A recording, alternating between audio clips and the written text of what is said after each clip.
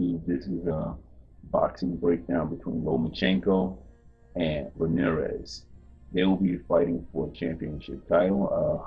Right now, it escapes you what title they're fighting for. But we're not even stuck up on those facts. We're just going to move straight into the breakdown. So let's get started. In the first round, Lomachenko gets lead puts dominance on Linares and lands a body shot. He's not wasting any time. He's going to wear down his opponent with powerful shots to the body because Linares is the bigger man. Linares backs him off with a hook. Lomachenko gets lead for dominance again, but this time Linares takes his head off the line and lands a straight right directly onto Lomachenko's face. Lomachenko backs up and resets and tries to go to Linares' left and is countered with a left hook. Linares will follow this up with a body shot very effectively to Lomachenko's gut.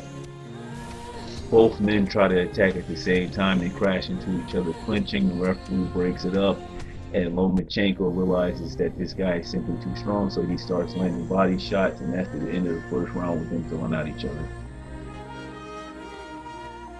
Linares feels that he won the first round and comes out in the second round with hard, powerful shots to the body, into the head, straight right hands, and not allowing Lomachenko to take that outside angle that the southpaws usually take. By holding him or stepping away too far backwards in the opposite direction, now allowing Lomachenko to circle around him, or turning with him and backing up at the same time.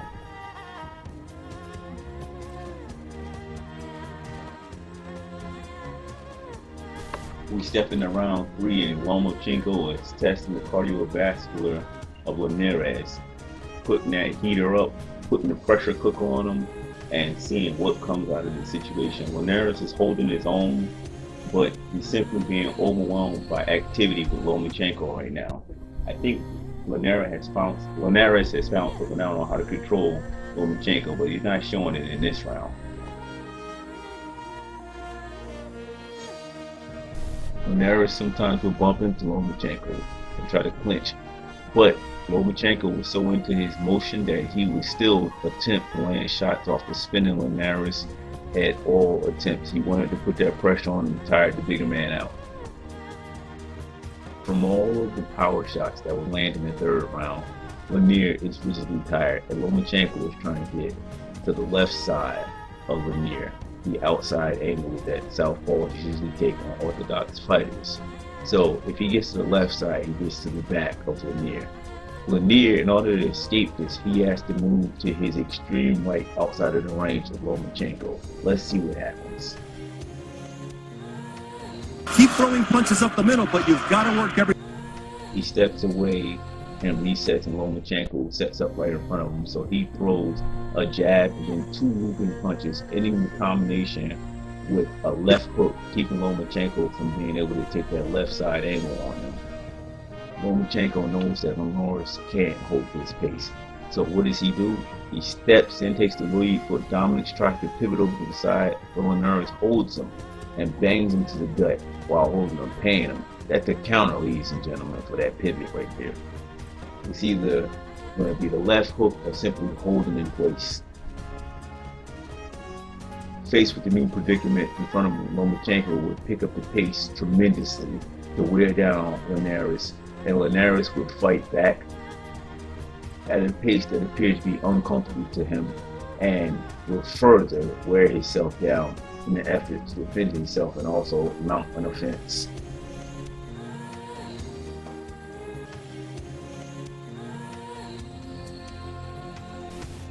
By the time we enter the 5th, it looks like Linares has deteriorated enough that Lomachenko is visibly backing him up, but he still has some kick to him.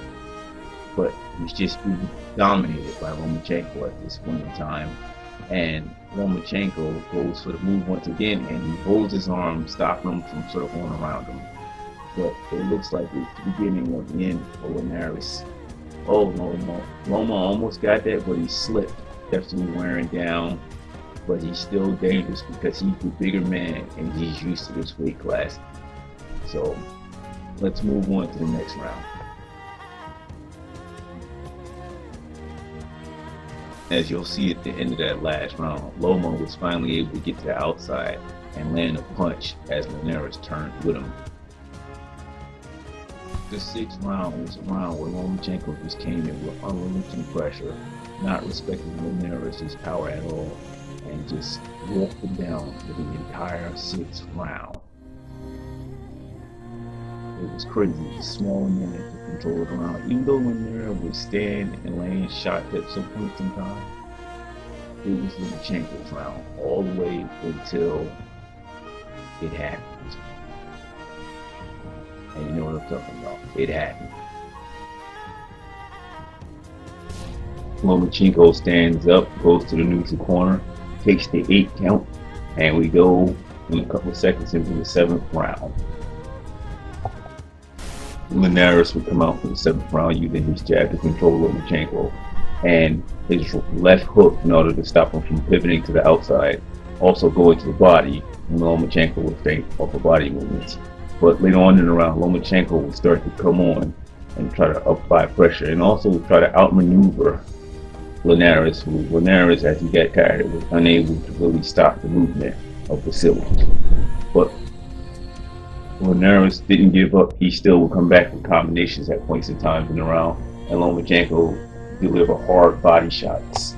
Sometimes in order to control the flow, Linares will hold on to Lomachenko. Now we're going to take it into the 8th. In the 8th round, Lomachenko would outmaneuver and keep constant pressure on Linares and also land body shots. And at some particular point in this fight, Linares was cut over the eye. Lomachenko would just keep him turning with these combinations, keep him turning, spinning them, wearing them down, tiring them out, banging them to the head and to the body. But don't get me wrong, Linares would return fire, and Lomachenko would have to respect it. Now we go into the 9th round.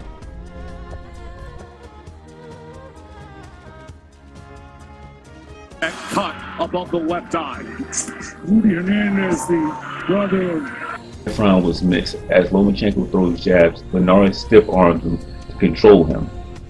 It was a mixed round, a back and forth round where Lomachenko would land some of his shots and Linares would come in immediately and step in with hard body shots, and then sometimes Vitaly would retaliate.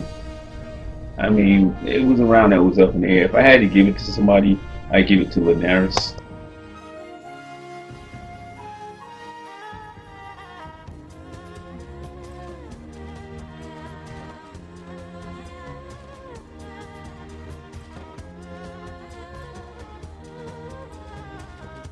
Three to four, it can land. How do you see Loma get hit like that? To the 10th round, Linares would come out like a bull, landing combinations to the body, driving Lomachenko to the ropes. But this would not hold up. Lomachenko would start to outmaneuver him, land hard body shots. Linares would start to hold, and it would just be like the last rounds. It would just go back and forth.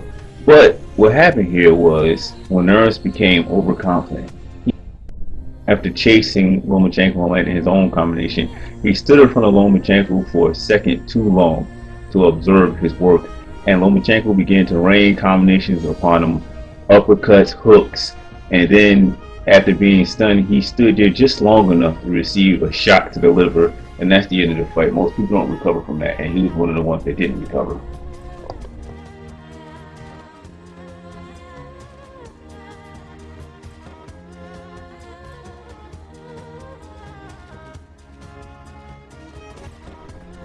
YouTubers, if you like my content, hit the like button, and don't forget to subscribe. That way I can keep on bringing you more content. Have a nice night.